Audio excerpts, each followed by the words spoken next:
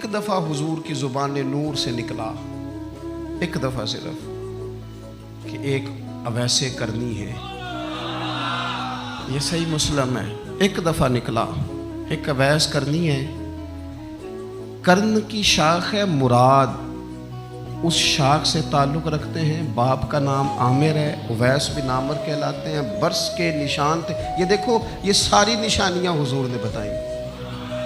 کتنی جگہ آپ نے سنا ہے حضور نے دیکھا نہیں انہیں؟ او یارو کوئی ضروری تو نہیں نا کہ کوئی ظاہری طور پر ملے تو تب بھی پتہ چلتا ہے۔ محبوب کو پتہ ہے کون کہاں کہاں بیٹھ کے روتا ہے۔ لب واں ہیں، آنکھیں بند ہیں، پھیلی ہیں جھولیاں، کتنی مزے کی بھیک تیرے پاک در کی، کتنی مزے کی بھیک ماہ مدینہ اپنی تجلی عطا کرے۔ یہ ڈھلتی چاندنی تو پہر دو پہر کی، او دیکھو نا روزے دے دوالے نے غلامہ دیاں ٹولیاں، وہ ایک پہ سن دے کروڑاں دیاں بولیاں۔ ایک دفعہ حضور نے فرمایا عمر، ایک اویس بن عامر نام کا شخص ہے، کرن کا ہے، مراد ایک شاخ ہے قبیلے کی، اس سے تعلق رکھتا ہے، ماں کا بڑا فرما بردار ہے۔ یہ دیکھیں حضور غلاموں کی نشانیاں بتا رہے ہیں، غلاموں کی، بے خبر ہو جو غلاموں سے وہ آقا کیا ہے، اور بندہ مٹ جائے نہ آقا پہ تو وہ بندہ کیا ہے۔ فرمایا برس کے نشان ہے چہرے پہ، برس ہوا تھا وہ ٹھیک ہو گیا، درہم کے مطابق نشان ہوگا، ماں کا فرما بردار ہے۔ اور حضور نے فرمایا عمر، اس بندے کی شان اتنی ہے کہ وہ اگر اللہ کو کوئی قسم دے دے تو رب پوری کر دیتا ہے۔ فرمایا اگر عمر تیری ملاقات ہو گئی نا تو اسے اپنے لیے دعا کرا لینا۔ بس طے کر لیا حضرت عمر نے، جو بندہ بھی یمن سے آئے عمر پوچھیں اویس کو جانتے ہو، اویس کو جانتے ہو، جو بھی ملے نا حضرت عمر پوچھیں اویس کو جانتے ہو۔ ایک وقت وہ آ گیا کہ حضرت اویس خود ہی آ گئے، حضرت عمر کی ملاقات ہو گئی۔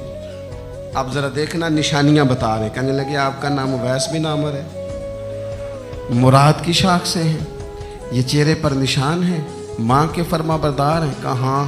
کہنے لگے اٹھاؤ پھر ہاتھ میرے لیے دعا کرو۔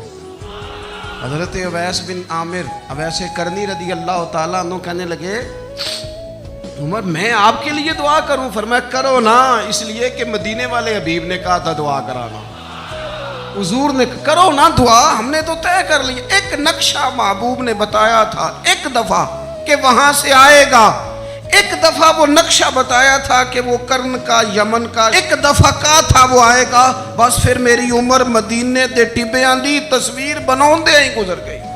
ساری زندگی پوچھا اویس تو نہیں نام، پھر وہ مل گئے تو کہا دعا کرو، دعا کرائی۔ پھر حضرت فاروق اعظم رضی اللہ تعالیٰ عنہ حضرت اویس کرنی سے کہنے لگے آپ کہاں جانے کا ارادہ رکھتے ہیں؟ یہ سارا کچھ صحیح حدیث میں موجود ہے۔ تو حضرت اویس کرنی کہنے لگے میں کوفے جانے کا ارادہ رکھتا ہوں۔ کہا میں کوفے کے گورنر کے نام خط لکھ دوں کہ اویس آ رہا ہے؟ تو حضرت اویس کرنی کہنے لگے نا نا نا نا، ہمیں پروٹوکول نہیں چاہیے، میں نا سادہ رہنا پسند کرتا ہوں، اسی کسے دے کچھ نہیں جے لگ دے، نہ کوئی ساڈا دردی، بس کونے میں پیچھے۔ ہم کوئی سٹیج کے شوقین لوگ ہیں، ہم کوئی نعروں کے شوقین لوگ ہیں، ہم کوئی تصویروں کے شوقین، ہم تو پیچھے بیٹھنا، بس کسی کو نظر آئے نہ آئے۔ عمر نے تو خود بتا دیا نا کہ مدینے والے کی نظر میں ہیں آپ نظر میں ہیں۔ مختصر سی میری کہانی ہے، یہ جو بھی ہے ان کی مہربانی ہے، جب ان کی نظر میں ہے تو پھر کیمرے کی نظر میں آئیں چاہے۔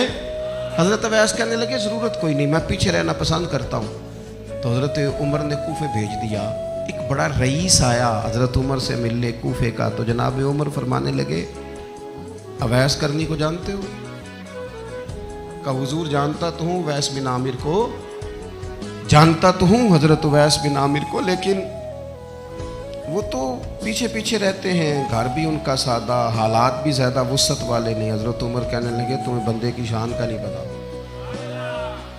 وہ بندہ حج کرنے آیا ہوا تھا مکے، حضرت عمر سے ملے، کوفے کے رئیس تھے، تو حضرت عمر کہنے لگے واپس جانا تو اس سے دعا کرانا۔